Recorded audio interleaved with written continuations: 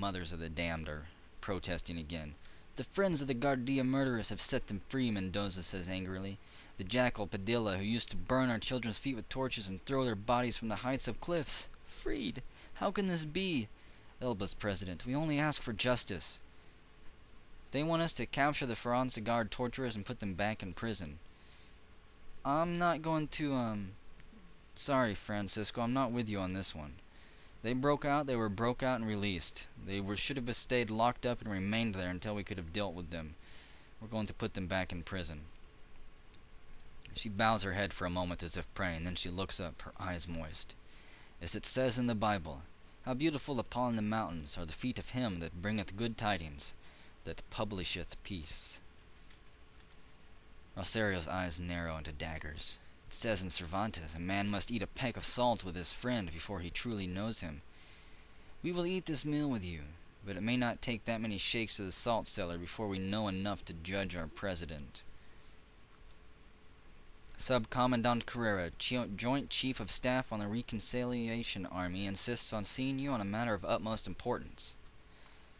You must be aware, President, the United States has begun sending military equipment directly to the faction of our army controlled by Colonel Ehrlich. This direct tie between my counterpart in a powerful foreign country seriously undermines my authority.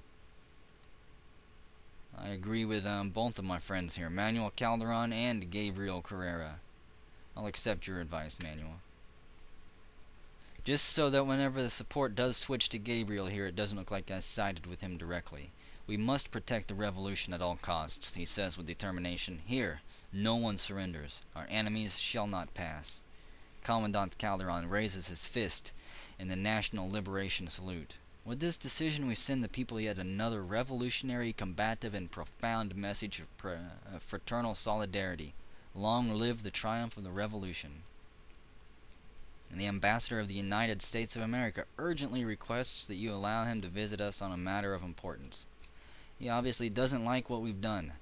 Why was it thought necessary, the ambassador asks sharply, to alter the traditional professional relationship between our two militaries?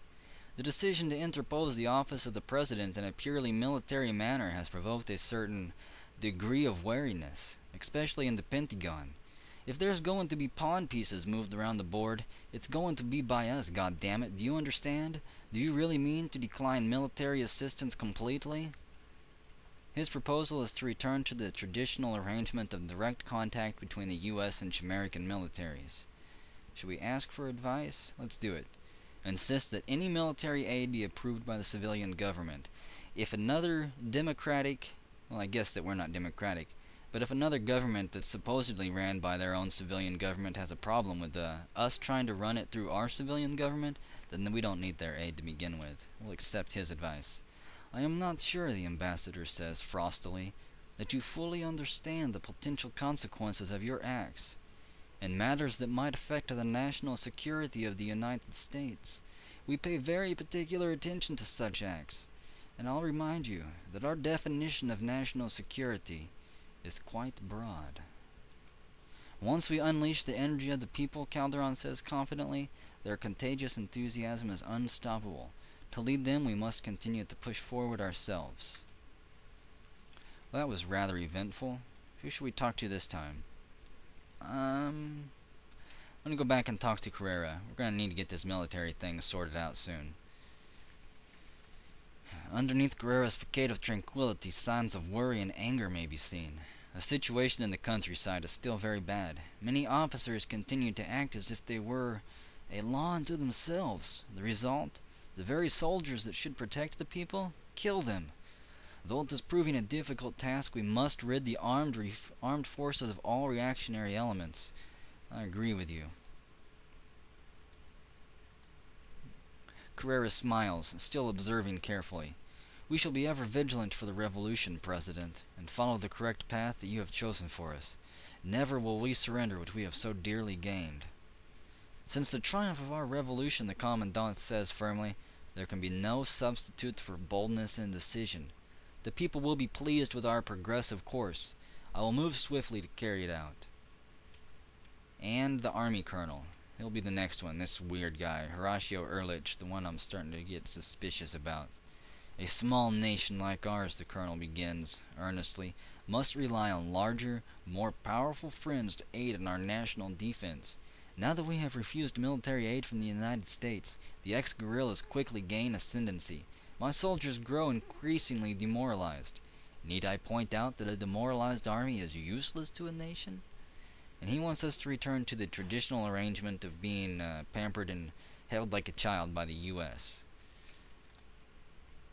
And we're going to continue that any foreign aid be first approved by the civilian government. The colonel stands motionless, as if expecting something more. Very well, he finally says, but you are playing with a snake. Don't forget that. Let's see. Where should we go now? Let's go check the news and reports on our desks. Should also probably go talk to our ambassadors in the consultations up there. Press digest, progress charts. What's the newest news? Government officials continue to facilitate on the issue of land reform. For a time, rumor had it that they would grant immediate title to land seized by impatient workers. That speculation ended when the leading rural labor leaders were rounded up and put in jail. Progress charts. Military expenses, of course they've skyrocketed a little bit. Wait, maybe they're not. Social spending, that's slowly rising. Infant mortality is going up. We'll have to find a way to stabilize that. We can't have our youth dying before they even have a chance. Land distribution, land owned by the wealthiest 5% is going up.